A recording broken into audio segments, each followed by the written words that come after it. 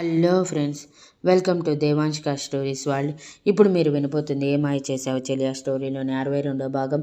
ఎన్నాళ్ళ నుంచో ఈనాలనుకున్న మాట తను విన్నది నిజమో కాదో అర్థం కాని సందేహంలో ఉన్న పల్లవి కన్నీరు కారుస్తూ ఉంటే వివేక్ పెదవుల స్పర్శకి అది నిజమే అని అర్థమై సంతోషంతో గట్టిగా ఏడుస్తూ ఉంటుంది. పల్లవి అలా ఎమోషనల్ అయ్యేసరికి బుగులెట్ తగిలిన గాయం దగ్గర దెబ్బకి మళ్ళీ బ్లీడింగ్ అవుతూ ఉంటుంది.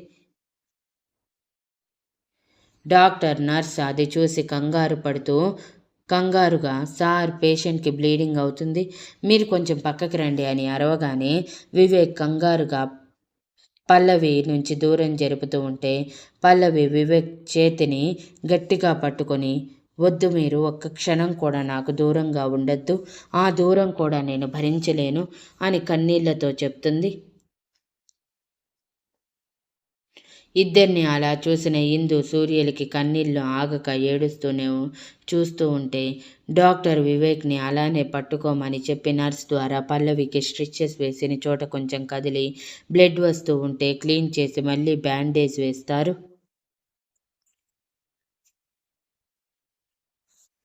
అలా అంతా అయిపోయాక డాక్టర్ సీరియస్గా పల్లవితో, మీరు ఎమోషనల్ కాకండి, మీకేమీ చిన్న చితక ఆపరేషన్ జరగలేదు, హార్ట్ దగ్గరే జరిగింది, కొంచెం అటు ఇటు అయినా కూడా హార్ట్ ఫెయిల్ అయ్యే అవకాశం కూడా ఉంది కాబట్టి జాగ్రత్త అని అంటారు.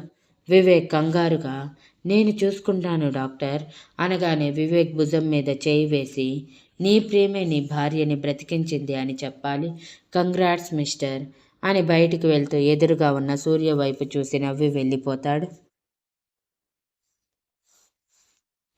సూర్య నవ్వుతూ ఇందు వైపు చూసి పద అనగానే ఇందు సూర్యని తీసుకుని పల్లవి దగ్గరికి వెళ్ళి పల్లవి మరో చేతిని పట్టుకుని, ఎందుకు పల్లవి ఇలా చేశావు, నీకేమైనా అయితే మేము తట్టుకోగలమా, ఒక్కసారి కూడా మా గురించి ఎందుకు ఆలోచించలేదు అని సీరియస్గా అడుగుతాడు.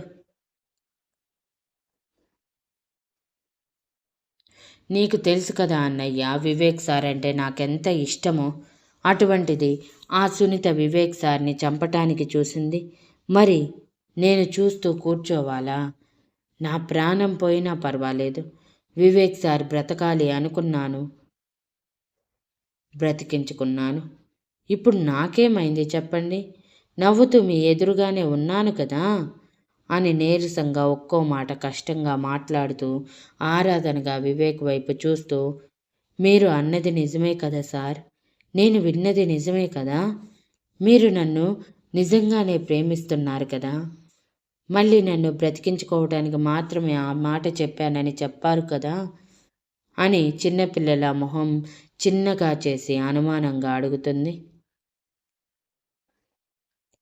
సూర్య, ఇందు, పల్లవి మాటలకి నవ్వుతూ వివేక్ వైపు చూస్తూ ఉంటే వివేక్ సీరియస్గా, అంటే ఏంటి నీ ఉద్దేశం, నిన్ను బ్రతికించుకోవటానికి మాత్రమే నేను ఇలాంటి అబద్ధాలు ఆడతాను అనుకున్నావా, అయినా నేను చేస్తే నీకు ఇంకా బాగుంటుందేమో, నీకు నా నస తప్పేది, నీ లైఫ్ నువ్వు చూసుకునేదానివి, అనవసరంగా నాకు అడ్డం వచ్చి ఈ పొజిషన్ తెచ్చుకొని ఇప్పుడు నా మనసులో మాట చెప్పాక కూడా ఇలా మాట్లాడుతున్నావంటే నా మీద నమ్మకం లేదు, తగ్గిపోయింది, అందుకే నేను ఐ లవ్ యూ చెప్పిన అబద్ధం అనుకుంటున్నావు అని మొహం నల్లగా పెట్టి అంటాడు.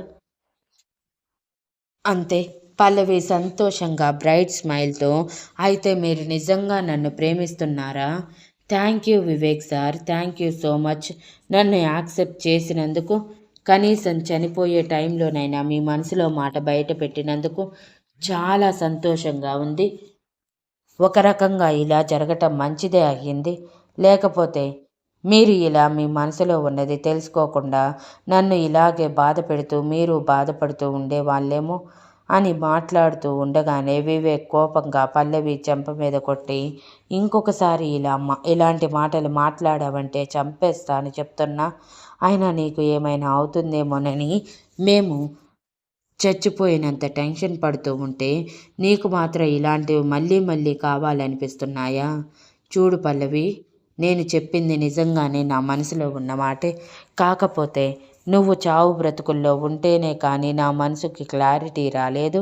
నువ్వు లేకుండా నేను బ్రతకలేనని, అందుకే నిజంగానే ఐ లవ్ యూ పల్లవి అని మళ్ళీ అంటాడు. సూర్య పల్లవి చేతిని పట్టుకొని, వాడి మాటల్లో నిజాయితీ కనిపిస్తుంది కదా పల్లవి, మరి ఎందుకు పదే పదే అడుగుతున్నావు అని అడగగానే పల్లవి బుంగమూతి పెట్టుకుని, మరి ఏం చేయనన్నయ్యా, సార్ని దాదాపు 3 సంవత్సరాల నుంచి చూస్తున్నాను. ఎప్పుడు ఏదో ఒక కన్ఫ్యూజన్లో ఉండిపోతారు. ఆ కన్ఫ్యూజన్లోనే ఐ లవ్ యూ చెప్పారేమోనని భయపడి మళ్ళీ నేను రికవరీ అయ్యాక ఐ లవ్ యూ లేదు, ఏమీ లేదు, నిన్ను నేను ప్రేమించట్లేదు అంటే నా గుండె ఏమైపోవాలి చెప్పండి. గుండెకి స్టంట్ వేయించుకోవాల్సి వస్తుందేమోనని భయపడి ఇప్పుడే క్లారిటీ ఇప్పించుకుంటున్నాను. ఇప్పుడు క్లారిటీ వచ్చింది కదా, చాలా హ్యాపీగా ఉన్నాను. ఇక ఎప్పటికీ వివేక్ సార్ నాకు మాత్రమే సొంతం. ఇంతకీ ఆ సునీత ఏమైంది అని అడుగుతుంది. దాని గురించి ఎందుకు ఇప్పుడు అని వివేక్ సీరియస్ అవుతూ ఉంటే సూర్య వివేక్ని ఆపి, తనని హెల్త్ కండిషన్ బాగోలేదని మెంటల్ అసైలంకి పంపించమని నా స్పెషల్ రిక్వెస్ట్ మీద జడ్జికి చెప్పమని పోలీసులతో చెప్పాను. మరి ఏం జరిగిందనేది నాకు తెలియదు కదా, నేను ఇప్పుడే స్పృహలోకి వచ్చి నీ కోసం వస్తున్నాను అని అంటాడు. అయ్యో, అడగటమే మర్చిపోయాను. నీకు ఎలా ఉంది అన్నయ్య? ఆయన ఆ సునీత ఇంత రాక్షసంగా ఉంటుందని అస్సలు ఊహించలేదు తెలుసా. ఏదో చిన్న చిన్న తప్పులు చేస్తుంది, ఇందు వదినని కొంచెం ఏడిపించింది అనుకున్నానే తప్ప, మరి ప్రేమించిన మనిషి ప్రాణాలు తీసేంత రాక్షసి అని ఊహించలేదు. ఇలాంటిది బయట ఉన్నా కూడా ప్రమాదమే. మీరు కరెక్ట్గానే చెప్పారు. కానీ తను మళ్ళీ తప్పించుకుంటుందేమో కనుక్కోండి. అనవసరంగా రిస్క్ వద్దు.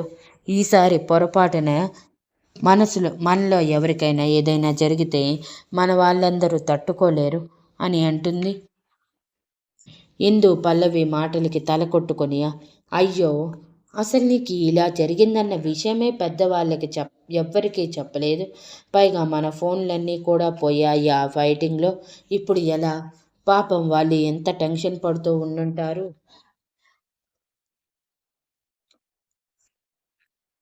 అని అంటుంది. డోంట్ వరీ, ఇప్పుడు ఫోన్ చేసి చెప్దాంలే అని మాట్లాడుతూ ఉండగానే నర్స్ లోపలికి వచ్చి, పేషెంట్కి రెస్ట్ ఇవ్వండి, ఎక్కువసేపు మాట్లాడటం కూడా అంత మంచిది కాదు అనేసరికి అందరూ బయటికి వెళ్తే ఇందు సూర్యని కూడా తన బెడ్ దగ్గరికి తీసుకువెళ్ళి నర్స్ సహాయంతో పడుకోబెట్టి, ఇప్పుడు హ్యాపీ కదా సూర్య, ప్రశాంతంగా రెస్ట్ తీసుకో, నేను మమ్మీ డాడీ అమ్మమ్మ తాతయ్యలకి ఫోన్ చేసి వస్తాను అని అంటుంది. సూర్య ఓకే అని చెప్పి కళ్ళు మూసుకోగానే ఇందు బయటికి వెళ్ళి ఐసీయూ రూమ్ డోర్ దగ్గర నిలబడి డోర్లో నుంచి పల్లవిని చూస్తూ ఉన్న వివేక్ దగ్గరికి వెళ్ళి గట్టిగా హత్తుకొని, కంగ్రాట్స్ అన్నయ్య, నీ ప్రేమే పల్లవిని బ్రతికించింది. ఇదేనేమో ప్రేమలో ఉన్న గొప్పతనం. మనిషి ప్రాణాలు తీయాలన్నా ప్రేమ చాలు, నిలబెట్టాలన్నా ప్రేమ చాలు. ప్రేమలో ఫెయిల్ అయితే జీవితమే లేదు అన్నంత బాధ కలుగుతుంది. అదే ప్రేమ సక్సెస్ అయితే ప్రపంచంలో ఉన్న సంతోషమంతా మన దగ్గరే ఉంటుంది. ఇప్పుడు నీ ప్రేమ వల్ల పల్లవి బ్రతికింది కాబట్టి నీ ఫేస్లో గ్లో ఎంత దాచాలన్నా దాగటం లేదు. చాలా సంతోషంగా ఉన్నావు కదా అని నవ్వుతూ అడుగుతుంది. చాలారా, చాలా అంటే చాలా సంతోషంగా ఉన్నాను.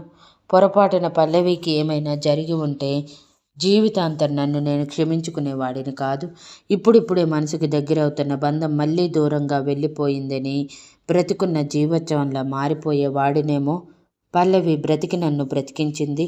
నీకు ఈ అన్నయ్య సంతోషాన్ని ఇచ్చింది అని అంటుంది. ఇందు ఏం మాట్లాడలేక అవును అని ఆలోచిస్తూ ఉంటే, ఏమైందిరా, ఎందుకు డల్గా ఉన్నావు అని అడుగుతాడు. నువ్వు సూర్యని క్షమించలేవా అన్నయ్యా? ఇప్పుడు నాకు సూర్య మీద ఎలాంటి కంప్లైంట్స్ లేవు.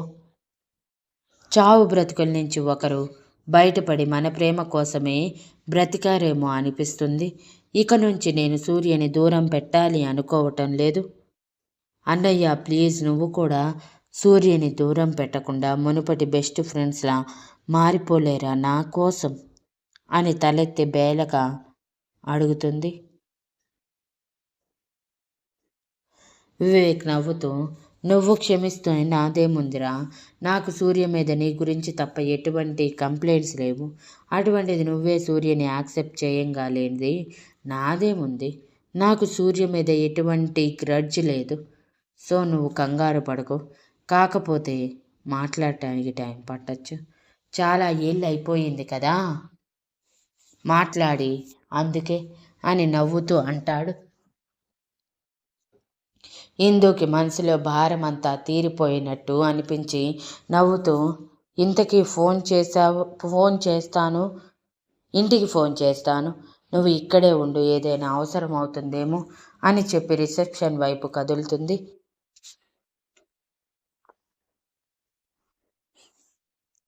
ఇంటికి ఫోన్ చేసి జరిగిందంతా చెప్పగానే ముందుగా అందరూ ఇంత లేట్గానా చెప్పేది అని కోప్పడిన తర్వాత బాధపడి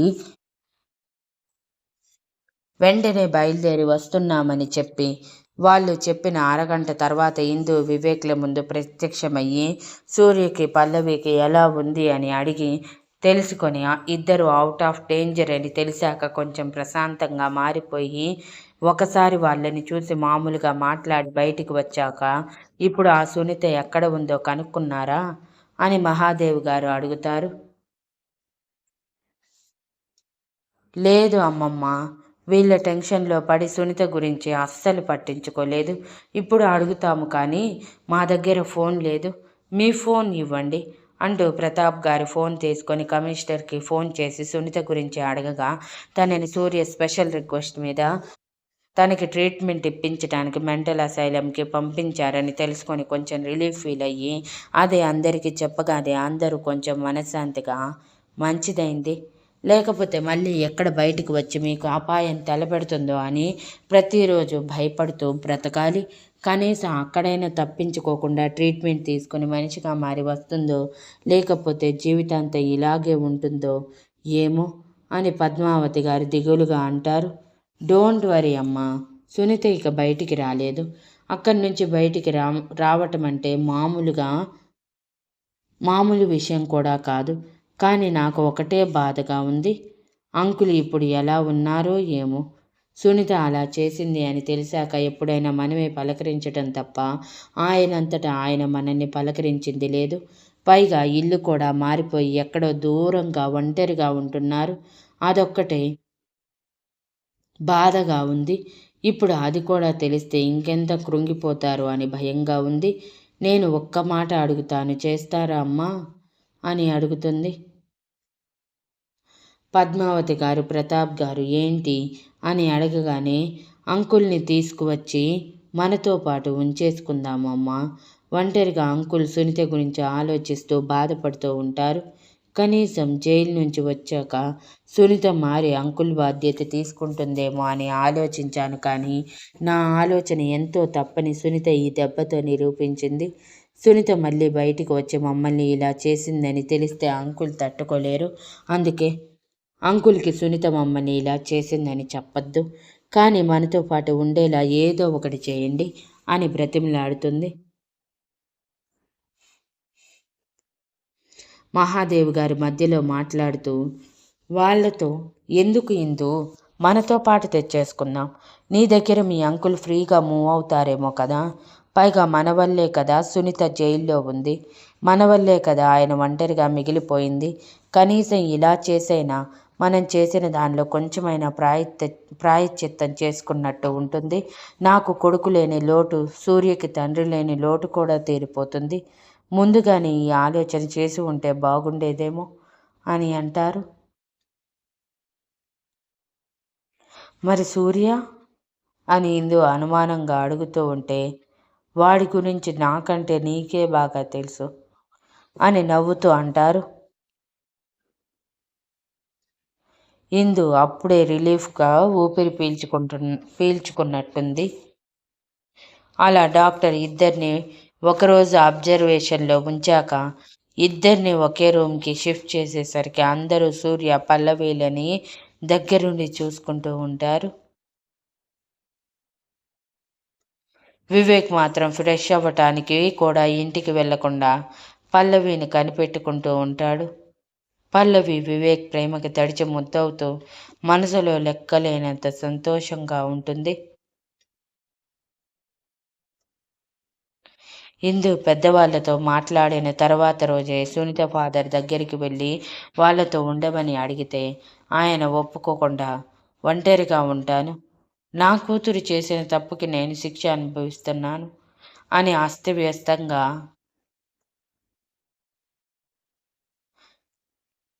నా కూతురు చేసిన తప్పుకి నేను శిక్ష అనుభవిస్తున్నాను అని మాట్లాడుతూ ఉంటే ఇందు ఒప్పుకోకుండా కష్టంగా ఆయన్ని తనతో తీసుకువెళ్ళటానికి ఒప్పిస్తుంది. అలా ఇందు సునీత ఫాదర్ని తీసుకొని సూర్య ఇంటికి తీసుకువెళ్ళాక సూర్యకి యాక్సిడెంట్ జరిగింది, వారం రోజుల్లో డిశ్చార్జ్ చేస్తారు అని అసలు విషయం దాచేసి అంటుంది. అయ్యో అవునా, ఇప్పుడు ఎలా ఉంది, పెద్దగా దెబ్బలేం తగల్లేదు కదా, నేను వస్తాను పదమ్మా చూడటానికి అని ఆయన అంటూ ఉంటే, వద్దు వద్దు, అంత అవసరం లేదు అంకుల్, మీరు రెస్ట్ తీసుకోండి, ఇన్నాళ్ళు ఎలా ఉన్నారో ఏమో, ఇప్పుడు మాత్రం నేనే మీకు కోడల్ని, సూర్యనే మీకు కొడుకు, మీ కోడలతోనే మీ కూతుర్ని చూసుకుంటూ సంతోషంగా ఉండండి, అంతే తప్ప సునీత గురించి ఆలోచిస్తూ బాధపడుతూ ఉండిపోవద్దు ప్లీజ్ అంకుల్, మీరు అలా అంటే మేము చేసింది తప్పని జీవితాంతం గిల్టీగా ఉండిపోతాము అని బాధగా అంటుంది.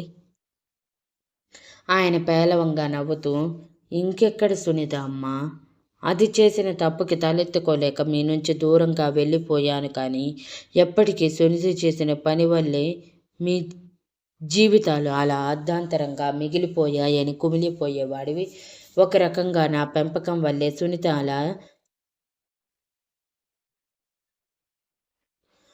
తయారయింది కదా, నేనే కానీ సునీతని కనిపెట్టుకొని సరైన దారిలో పెట్టుంటే ఇలా జరుగుండేది కాదేమో, కానీ నువ్వు మళ్ళీ సూర్యతో కలిసి ఉండటం నాకు కొంచెమైనా సంతోషంగా ఉంది అని బాధగా అంటారు. డోంట్ వరీ అంకుల్, సునీత తప్పకుండా మారుతుంది, మారిది మీ దగ్గరికి వచ్చే రోజు వస్తుంది, అంతవరకు నాలోనే మీ కూతుర్ని చూసుకుంటూ సంతోషంగా ఉండండి ప్లీజ్ అంకుల్, మీరు మాత్రం బాధపడద్దు, ఏ అవసరం వచ్చినా ఈ కోడలు ప్లస్ కూతురు ఉందని మర్చిపోవద్దు అని అంది. ఆయన నవ్వుతూ తప్పకుండా అనగానే ఆయనని మహేశ్వరి గారికి అప్పగించి టిఫిన్ తీసుకొని హాస్పిటల్కి వెళ్ళిపోతుంది. హాస్పిటల్లో ఇందు, పల్లవి, సూర్య, వివేక్, పద్మావతి గారు, ప్రతాప్ గారుకి జరిగిందంతా చెప్పగానే వాళ్ళు కొంచెం రిలీఫ్గా ఫీల్ అయ్యి, ప్రశాంత్ గారు గిల్టీగా, ఇన్నాళ్ళు మీ గురించి ఆలోచిస్తూ స్నేహితుడైన వాడిని వదిలేశాను, ఇప్పటికైనా నువ్వు నువ్వు గుర్తు చేశావు కాబట్టి గుర్తు చేసుకున్నాను, లేకపోతే ఇప్పటికీ వాడు ఒకడు ఉన్నాడని మర్చిపోయేవాడిని, నేనెంత సెల్ఫిష్ని కదా ఇందు, అందుకే నా కుటుంబం అని మాత్రమే ఆలోచించాను అని బాధగా అంటాడు. అలా అనుకోవద్దు డాడీ, మా జీవితాలు ఎటు కాని పరిస్థితుల్లో ఉన్నాయని మా గురించి ఆలోచిస్తూ అప్పటికి మీరు చాలా స్ట్రెస్ తీసుకుంటున్నారని మీకు ఏ విషయం చెప్పలేదు, కానీ ఎప్పటికప్పుడు మేము అంకుల్ని కనిపెట్టుకుంటూనే ఉన్నాము, ఆయన జాబ్ చేసుకుంటూనే ఒంటరిగా బ్రతుకుతున్నారని తెలిసి చాలా బాధపడ్డాము, తీసుకువద్దామంటే మా గురించే మీరు బాధపడుతూ ఉంటే మళ్ళీ సునీతని గుర్తు చేయటం ఎందుకని దూరం నుంచే అవసరం అయితే వేరే వాళ్ళ ద్వారా చేయించేవాళ్ళం, మళ్ళీ సునీతని గుర్తు చేయటం ఎందుకని దూరం నుంచి ఏదైనా అవసరమైతే వేరే వాళ్ళ ద్వారా చేయించేవాళ్ళం, ఇప్పుడు ఆ అవసరం కూడా లేకుండా నేను అంకుల్ని తీసుకువచ్చేసాను కదా, ఇక మీరు అంకుల్ గురించి టెన్షన్ పడకండి అని ప్రతాప్ గారిలో ఆ గిల్ట్ని తీసేసింది. ప్రతాప్ గారు తర్వాత రోజు సునీత ఫాదర్ దగ్గరికి వెళ్ళి వెరీ సారీ చెప్పి, మా వల్లే తన కూతురు దూరం అయ్యిందని కొంచెం సేపు బాధపడి ఆయన ఓదార్చితే ఆ విషయాలన్నీ మర్చిపోయి మళ్ళీ పాత ఫ్రెండ్గా మారిపోయి నవ్వుతూ మాట్లాడుకుంటూ ఉంటారు.